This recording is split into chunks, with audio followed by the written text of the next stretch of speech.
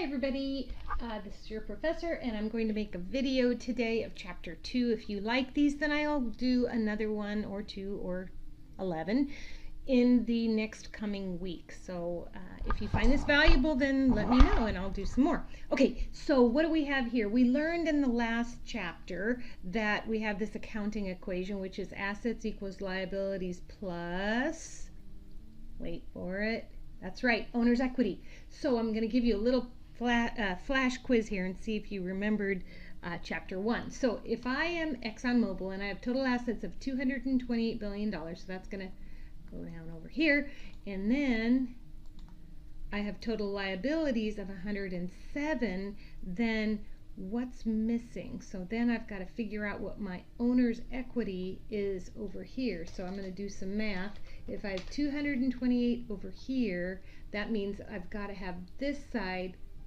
come up to $228 billion. So I take the 107 and I realize that I've got what's missing is my owner's equity for 121. That's as simple as that gets. So anyway, my assets, my left-hand side, which is what I own, those are my assets, whether it be, property, plant, equipment, cash, receivables, that kind of thing, things that are valuable to me. And on the right-hand side, I have what I owe for those assets, or what's a claim to those assets in terms of owner's equity. So hopefully that makes sense. Okay, so, sorry, I had to go through that again. Let's take a look at Amazon. So Amazon has $4.7 billion in assets, lucky them, and they have owner's equity of $300 billion. So what's missing? What's going on over here? Okay, so my accounting equation tells me that's my liability. So if I put 4.7 billion over here, 3.0 billion over here, what's missing are my liabilities to make this whole thing balance of 1.7.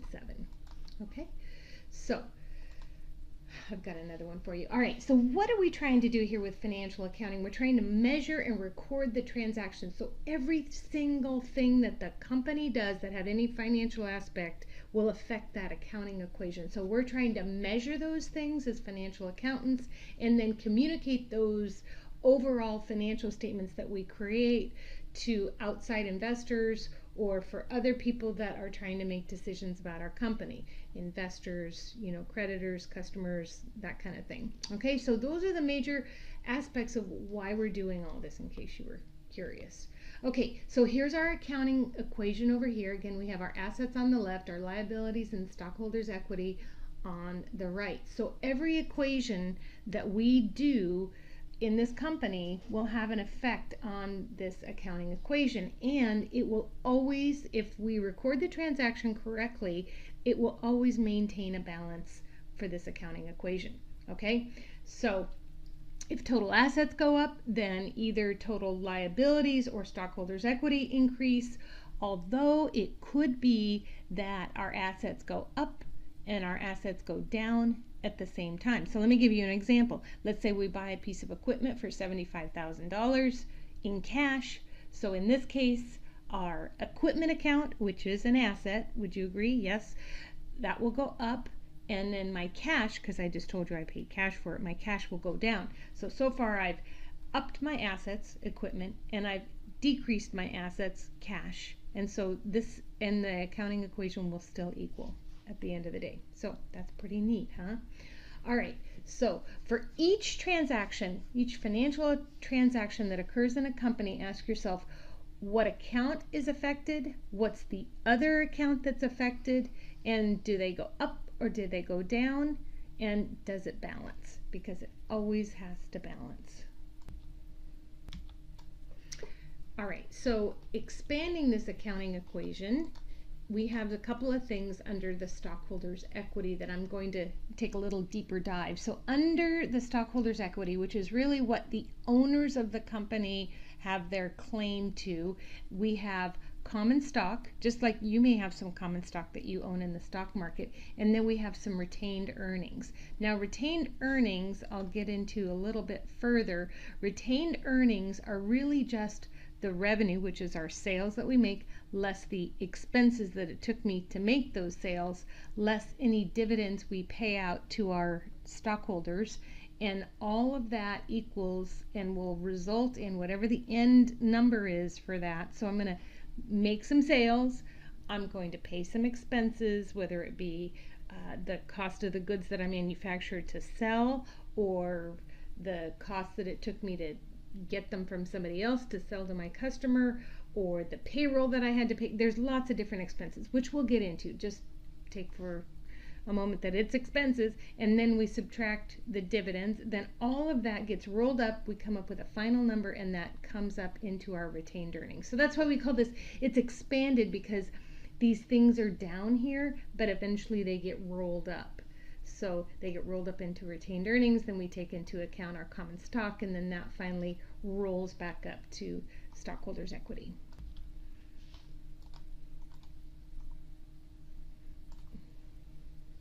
This is kind of a neat little graphic of how you're going to deal with things. So I call this a T account because, oh, it looks like a T, that's why. Okay, and one of the things about our T accounts, which is getting back to our transactions when we record those, remember how I told you they always have to be in balance, so they always go up or they go down. So this is kind of a neat little thing to say, okay, so my T accounts, how do I increase them? And the debits are on the left and the credits are on the right.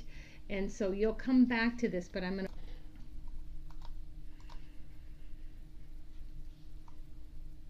So this is from Connect. So I kind of take a pause here and I say, all right, let's go to brief exercise 2.6, and we're going to understand the effect of debits and credits. So the balance of an asset account increases with, all right, so now if you come back over here, you can see, how did I increase my assets? I increased them with a debit. That's right. Okay, so the balance of an asset account increases with a debit and decreases with a credit. Okay, the balance of a liability increases with a, and then you'd come back over here or over here, it increases with a credit and decreases with a debit. Okay, now this is not something you'll want to like memorize necessarily. It's just something you'll want to keep doing and keep doing and keep doing, and then you'll finally get it. So don't get frustrated if you're feeling kind of overwhelmed right now. Just keep it up and keep the repetition. Okay, I'm going to take a little break and I'll come back. All right, so a chart of accounts is the listing of all the accounts that we may use that affect the accounting equation. So there's some really fancy numbering schemes that chart of accounts have, and you'll find those if you're going to get more into bookkeeping, but just know that there's a very elaborate chart of accounts that every company has, and they're always different depending on what their numbering scheme is.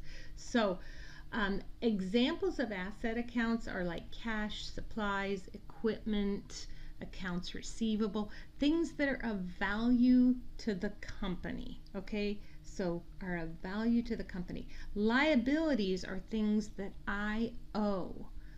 Things that I owe. So I could owe accounts payable. Now what's an accounts payable? Accounts payable is I'm a company, and I go into my office supplies store and I buy a photocopy machine and some paper and some pens and all these other kinds of things, and I say, I'm not going to pay you cash right now, because who wanders around with thousands of dollars in their pocket? No good company would do that. So they say, put it on my tab, right? That's their way of saying, I'm going to put this as a payable. You send me a bill and I'll pay the bill.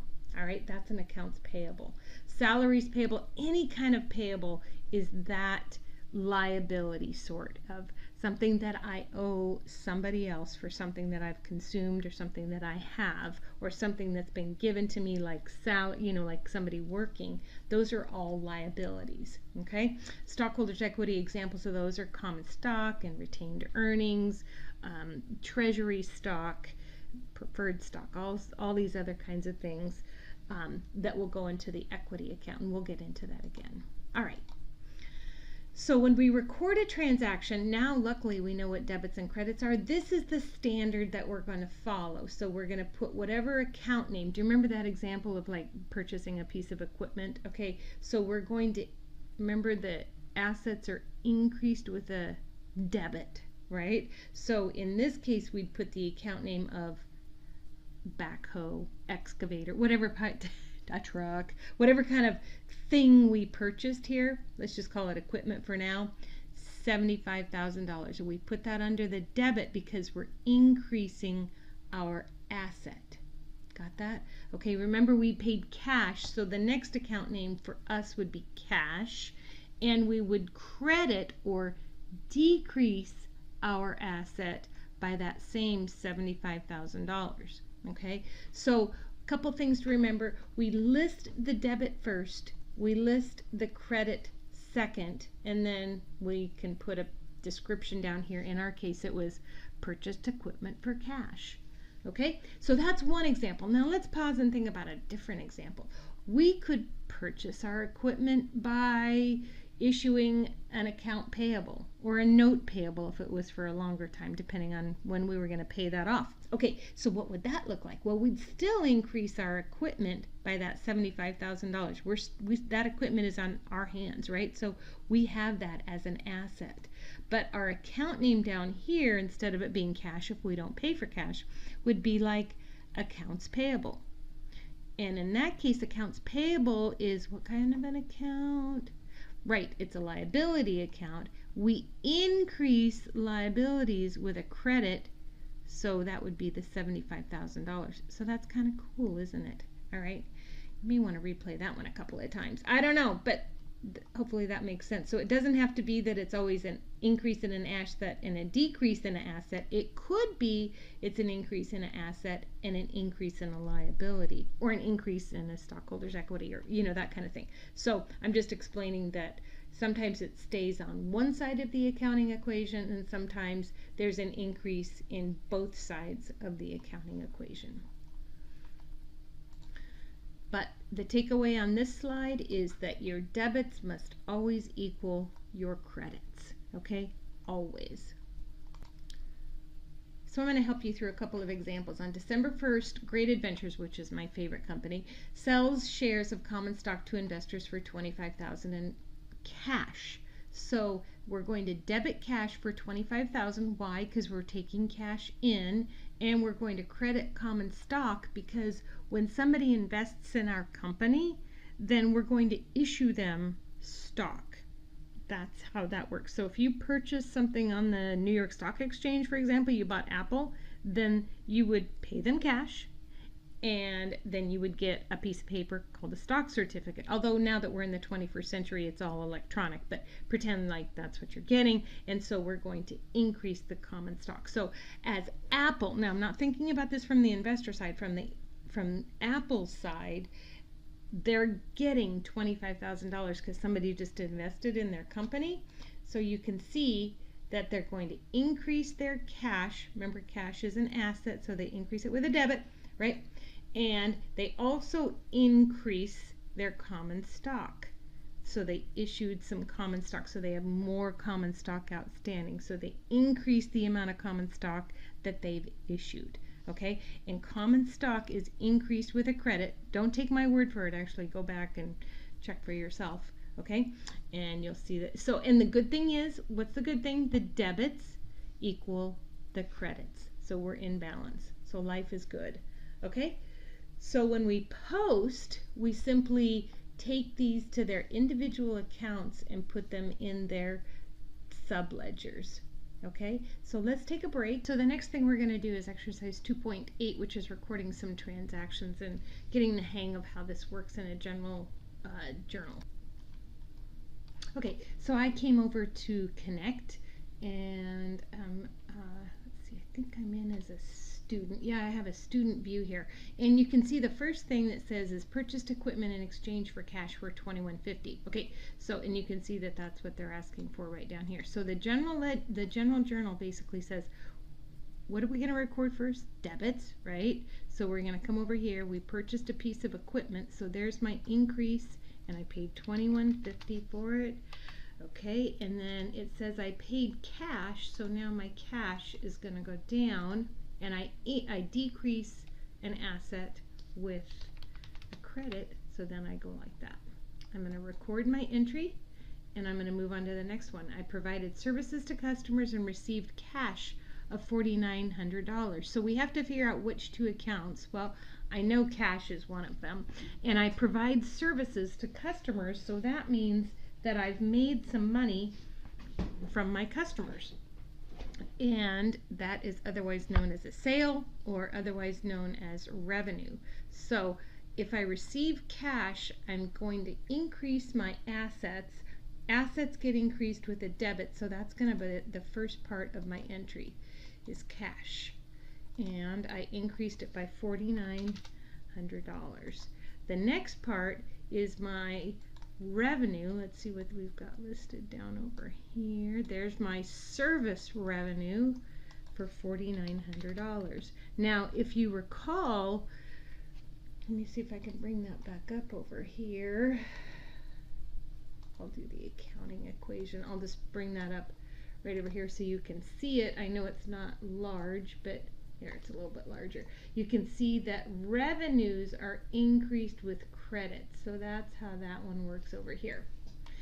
Oh, someday it's just going to make so much sense. All right, and then you record the entry. Okay, and so on and so forth. So I'll do one more. Pay current month's rent of $1,500. So I'm going to pay that in cash. So if I decrease my cash, that is a debit. So that one's not going to be listed first, although we could certainly enter that since we've put ourselves through the thought process there. And how much was it? $1,500. Now, what kind of an account is rent? Well, it's not an asset, right? No, definitely paying rent is not an asset. It's more of an expense. So, and again, I'm going to put this over here really quick. You can see that expenses are increased with a debit. Okay, so good enough.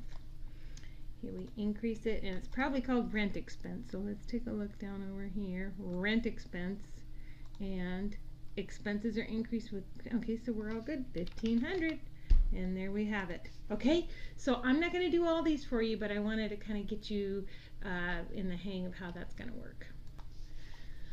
Okay, so here are the 6 steps in doing what we just did, which was recording, measuring the transaction. So we're going to use a source document to find out what we did. It could be a sales receipt or invoice or what have you. Okay, we analyze the impacts of the accounting equation, what things went up, what things went down, increases, decreases, are they debits or credits. We record them in the journal using our debits and credits. We post them to the general ledger, and we finally prepare a trial balance. Now, trial balance we'll get into in a little bit, but that will just be our way of showing that we equaled our debits and our credits for every transaction, and that everything is in balance, because we love to balance. And these next slides you can go through are just some more practical examples for you. So there's some transactions. You can click through and see how they're recorded. And then you can see both sides of the equation and how the assets are increased, and in this case stockholders' equity is increased, and you can see that they balance because they're each on opposite sides of the equation.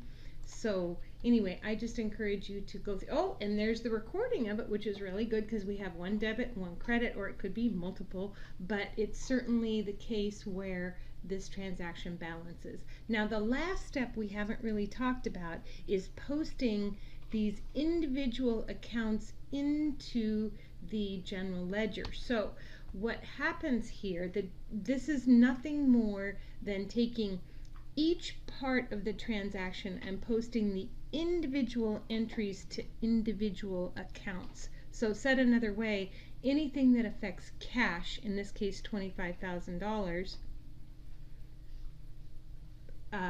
is recorded in its own special account called cash. So this is a way for us to keep track of everything that's happened with the account called cash. Okay, and if we move along, then we do the same thing with common stock. So you can see that our common stock is its own account, and everything that happens with that account called common stock will be transferred, not duplicated. It's already been recorded, but we're just going to keep track of it in a separate account. Okay, All right. And then another transaction is we borrow money from the bank and we promise to repay them. So in this case, this is the second transaction. $10,000 increases our cash. $10,000 we have an increase in notes payable. This is what the transaction recording looks like. And this is us transferring things from the general journal to the general ledger. So you remember that $25,000 before? We'd already recorded that in our account called cash. Now we're just going to add to that right over here. And because we borrowed money from the bank, we borrowed $10,000, that means our cash went up. So we add that. Okay, so I just want to show you, oh, and then, sorry, one more example, notes payable for $10,000. There's an account ledger called notes payable, and we just keep track of everything in our notes payable. Okay, so there's some other transactions over here, and I just want to, you could go through these. I'm not going to take the time to go through them all, but that is exactly what that was. So now you can just see in another illustrated form what all of these are all about. So what we just focused on was steps 4, recording the transaction in a journal and then posting it to the general ledger. Okay, there's our accounting equation again. One transaction I did want to talk about a little bit more was number 8, where we receive cash in advance of customers actually getting what they asked for. So I subscribe to the Wall Street Journal, so I pay them $120 at the beginning of the year. Now, this is just a fictitious scenario because I really don't pay them that much. But anyway, let's say I pay them $120 at the beginning of the year so that they'll deliver the Wall Street Journal to me every single day except Sunday. And so when I write them a check for $120, they really haven't earned that money yet. Would you agree? Because they haven't delivered me any papers. But at the end of January, when they delivered the paper to me every single day, even when it rained, then how much have they earned of that $120?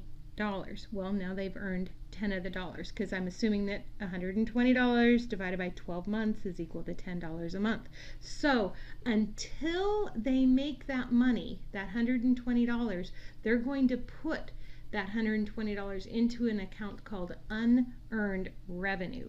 Now that sounds kind of funny, but it's unearned to them. So they've taken in my $120, but they haven't done anything for it, and so it's really a liability to them until at which time I earn that money. So just remember that unearned revenue sounds like a funny thing, but it's unearned, meaning it's a liability because I haven't earned it yet. And that's all there is to that one. And on this busy slide, you can see that all of the transactions were listed here. There were 10 examples. Now, I know this isn't lined up very well, but this is kind of difficult to do, so just go with me here. But there were increases in cash, decreases in cash for all these different transactions. Same with accounts receivable, supplies. All these assets were in those 10 transactions that we just whipped through. And the bottom line is that all of those pluses and minuses equaled $41,200.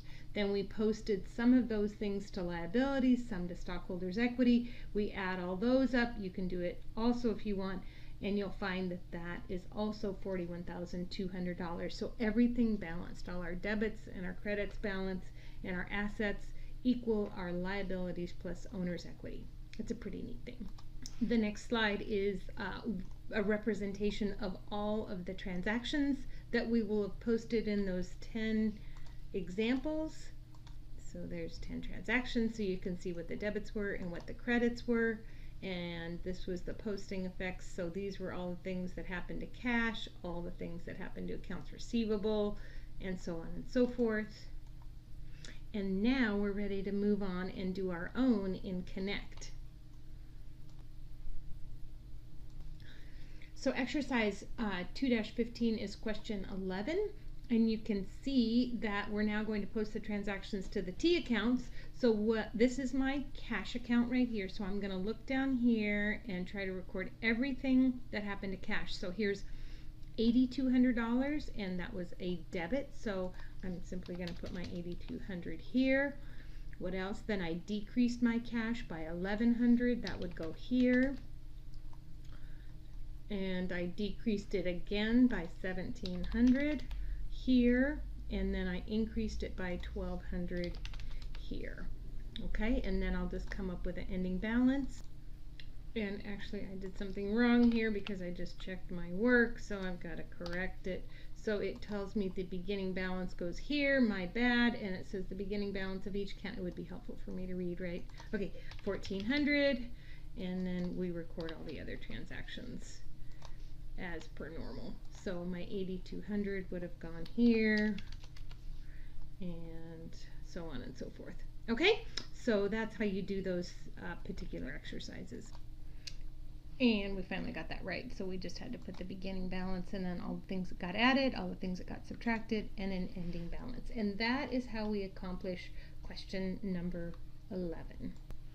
So now moving on to the trial balance, it's just a listing of all the accounts on a particular date, usually the end of the year, or the end of the month, if they do a trial balance on the end of the month. Sorry, that was my cat. All right, and it shows that debits are equal to credits, and it just makes sure that things are correct before we move along to the next step. Okay, so this is not something that is published to the general public. It's just a matter of us being able to check our work throughout the period of time to make sure that we have everything right. So all the accounts get listed here. They are in order of cash, followed by liabilities, followed by stockholders' equity, and then the extension or expansion of those things, meaning there's the common stock, retained earnings, the revenues, and the expenses. And then we just take all of the transactions and we list out all of the total of the debits, the total of the credits, and then do you see down here? Woohoo! We balance. So life is good, and that just means that we get to carry on. And this is the best part right here. So I hope you have enjoyed this particular presentation. Thanks for watching.